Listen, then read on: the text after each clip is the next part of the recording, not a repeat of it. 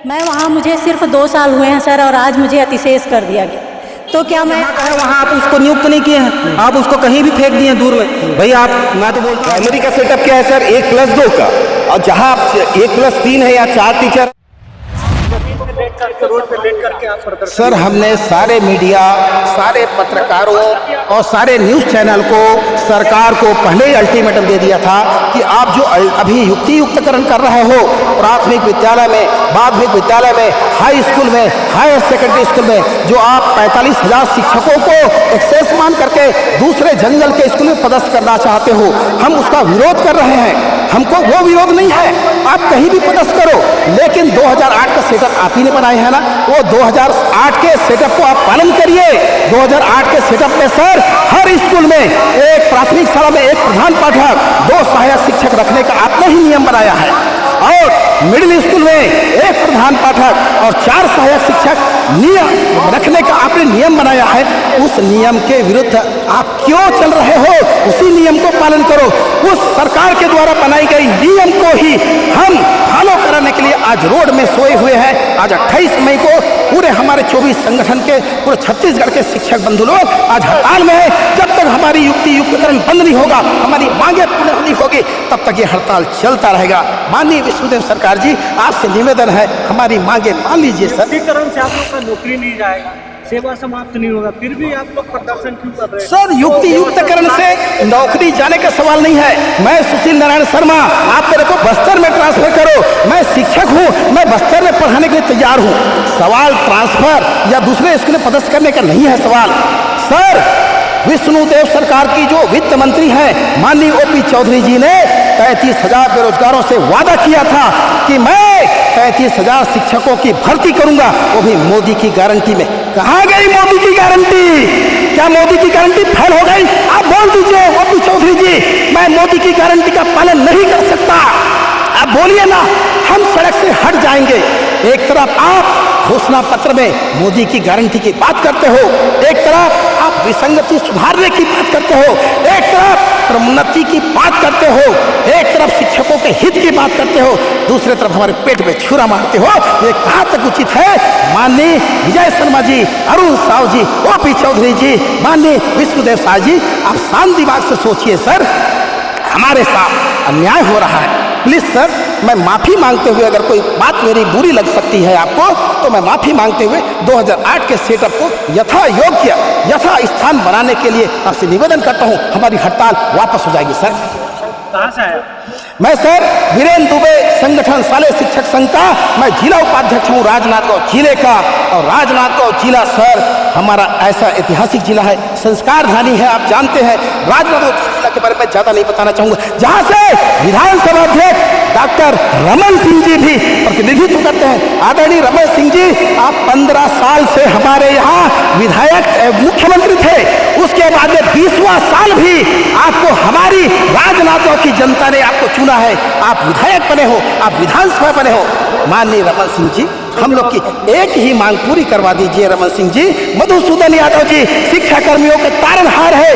मैं इस वीडियो के माध्यम से, पत्रकारों के माध्यम से उस मधुसूदन यादव जी को मैं नमन करता हूं, जिन्होंने 2012 के हड़ताल में हमारे हड़ताल को बंद कराने का और वहां पर 6वां वेतनमान दिलाने का उन्होंने जो काम किया है। मधुसूदन यादव जी को इस धरती से नमन है। मधुसूदन यादव जी, आप आइए, आप शिक्षा कर्मी के तारनहार हो, आपकी बात को कोई काट नहीं सकता। आदरणीय मधुसूदन यादव जी, एक बार कृपा कर दीजिए। युक्तिकरण को लेकर के प्रदर्शन करने आ रहे हैं, क्यों युक्तिकरण का प्रदर्शन कर रहे हैं? क्योंकि ये गलत है, सेटअप ही पूरा गलत है। यहाँ से कई महिलाएं हम लोग ऐसी हैं जिनके भरोसे पूरा परिवार चल रहा है, और हम अभी अपने परिवार के साथ जहाँ भी है सुरक्षित है, अच्छे हैं। युक्तियुक्तकरण के दौरान अगर हम बेरोजगार हो गए या गलत जगह पर पदस्थ हो गए तो हमारे परिवार में पूरी तरह से परेशानी जाएगी। इसलिए हम युक्तियुक्तकरण का बिल्कुल विरोध करते हैं। इसको कम से कम हमारे बस्तर क्षेत्र में बिल्कुल लागू न किया जाए। युक्तिकरण का मामला ऐसा है जी कि जहाँ पे बच्चे कम है वहाँ पे टीचर ज़्यादा है, और जहाँ पे बच्चे ज़्यादा है वहाँ पे टीचर कम है। इस व्यवस्था को मतलब ठीक करने के लिए, क्योंकि बच्चे ने फिर भी स्कूल चल रहे हैं, इस व्यवस्था को ठीक करने के लिए युक्तिकरण किया जा रहा है, इसका आप लोग क्यों विरोध कर रहे हैं? नहीं, सेटअप 2008 लागू करें, उसके बाद अपना देखें।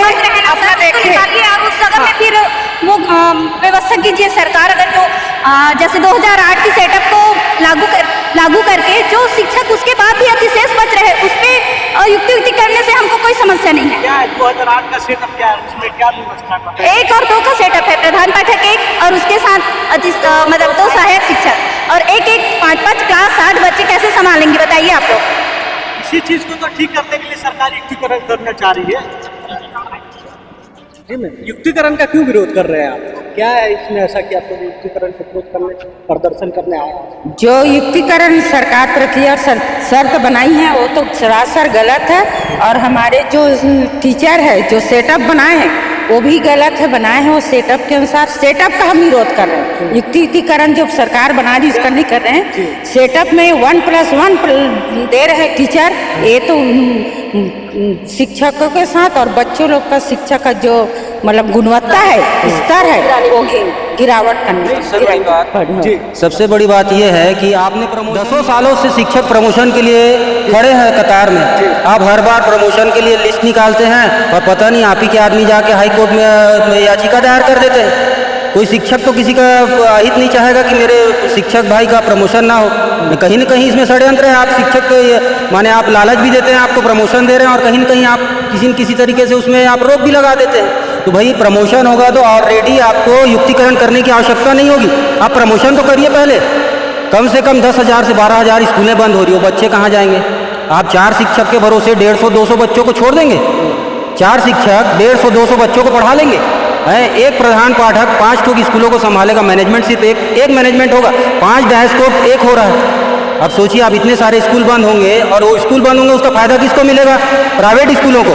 माने आप कहीं ना कहीं प्राइवेटीकरण को बढ़ावा देना चाह रहे हैं। आपको उसमें क्या फायदा है, क्या सरकार को फायदा है, हमको नहीं मालूम, लेकिन इसका विरोध होना चाहिए। और मैं तो बोलता हूँ सर्व समाज को, चाहे वो ब्राह्मण हो, तेली हो, राजपूत हो, चाहे वैश्य हो, चाहे कुर्मी हो, सर्व समाज को विरोध करना चाहिए, क्योंकि इससे प्रभावित पूरे छत्तीसगढ़ के सभी आम जनता और सभी समाज प्रभावित हो रहे हैं। नहीं, इसमें जो युक्तिकरण का ऐसा है कि जहाँ पे स्कूल में बच्चे की संख्या ज़्यादा है वहाँ पे टीचर कम है, और जहाँ पे टीचर ज़्यादा है वहाँ पे बच्चे कम। ठीक है ना, ठीक है। देखिए, शुरुआत हुई थी शिक्षाकर्मी से, उसका मुख्य उद्देश्य क्या था?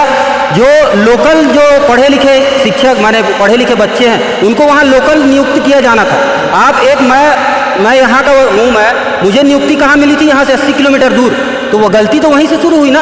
आप जो जहाँ का है वहाँ आप उसको नियुक्त नहीं किए हैं, आप उसको कहीं भी फेंक दिए दूर में। भाई मैं तो बोलता हूँ अभी भी आप सीधी भर्ती निकालिए, जहाँ पे शिक्षक कम है वहीं के वहीं पढ़े लिखे बच्चों को वहीं के वहीं नियुक्त करिए। वो काहे को कहीं बाहर जाना चाहेगा? नहीं तो एक प्रेस कॉन्फ्रेंस करके मुख्यमंत्री जी बोले कि मतलब ये भर्ती अभी किया जाएगा, सुप्रीम पर प्रस्ताव भेजे हैं। अरे भाई आप एक बात बताइए, 10,000 स्कूल बंद कर देंगे तो भर्ती किसके लिए करेंगे? गौशाला चलाने के लिए भर्ती करेंगे? ये बता रहा हूँ सर, जो अतिशेष निकाले हैं, अतिशेष मतलब ये होता है कि एक्स्ट्रा टीचर जो है, तो एक्स्ट्रा जब हम लोग है तो नए भर्ती का क्या औचित्य है? हमको अतिशेष भी मान रहे हैं। खाली है जो भर्तियां भी पद खाली है, हाँ, उसके लिए भर्ती है, वो भी खत्म। हाँ, तो सीटें कैसे खाली? हम लोग को क्यों अतिशेष कर रहे हैं? देखिए, युक्तिकरण का हम लोग विरोध नहीं कर रहे हैं। हम लोग जो 2008 का सेटअप था सर, 1+2 का, उसको बंद करके एक टीचर को कम करके दूसरी स्कूल में भेजा जा रहा है जहाँ एकल शिक्षक है, शिक्षक भी है।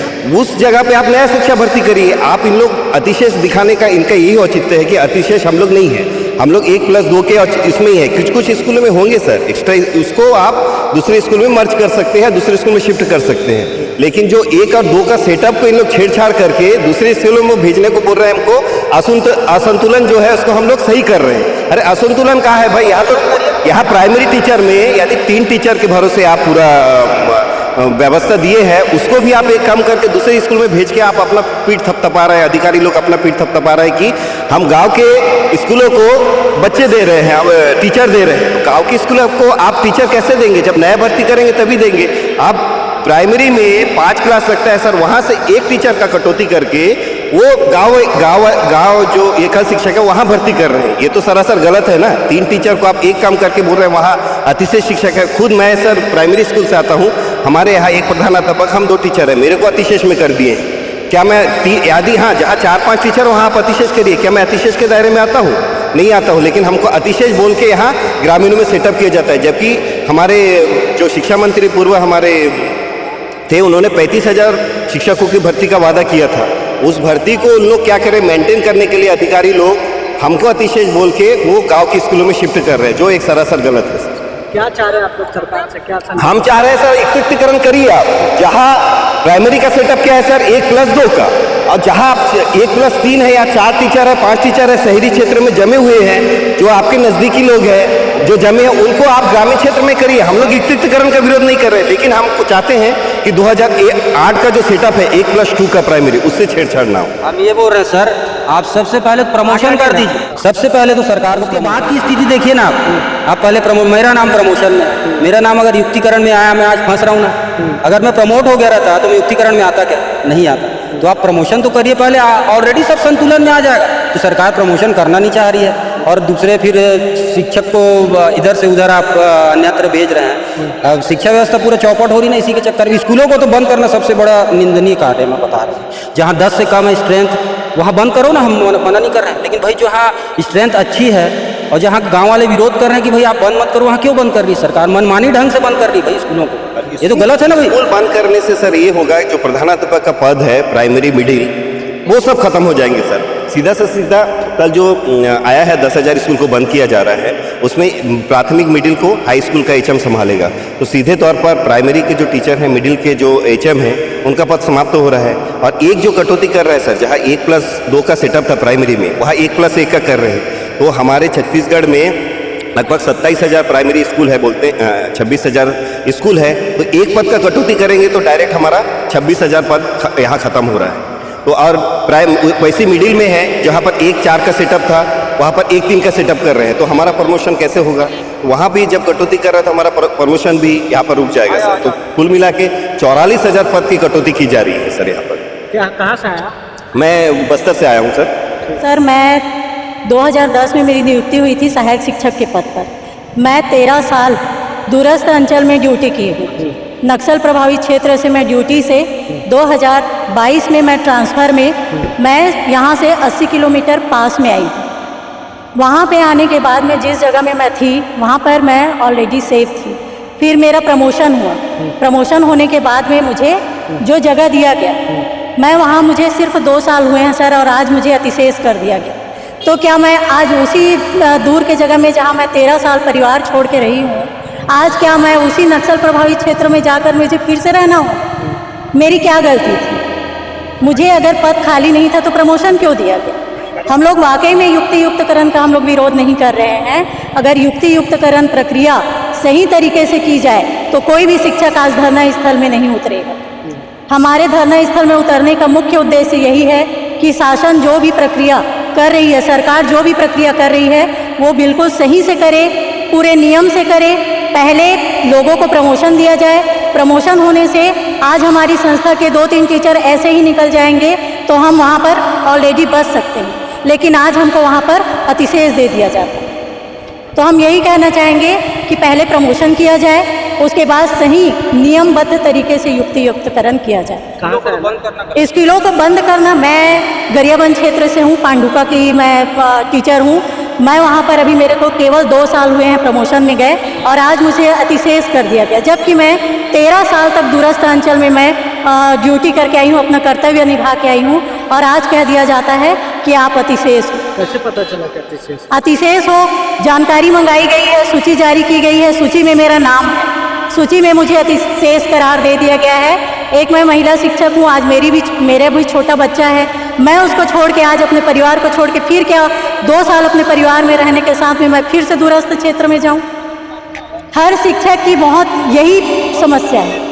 तो हमारी समस्याओं को सुने सरकार, उसका निराकरण करे, और जो युक्तियुक्तकरण की प्रक्रिया है वो तो पूर्णतः रद्द हो, क्योंकि ग्रामीण बच्चे भी सर इस युक्तियुक्तकरण की प्रक्रिया से प्रभावित होंगे, क्योंकि वहाँ पर शाला भी वहाँ पे बंद हो रहे हैं, शालाओं को भी मर्ज कर दिया जा रहा है।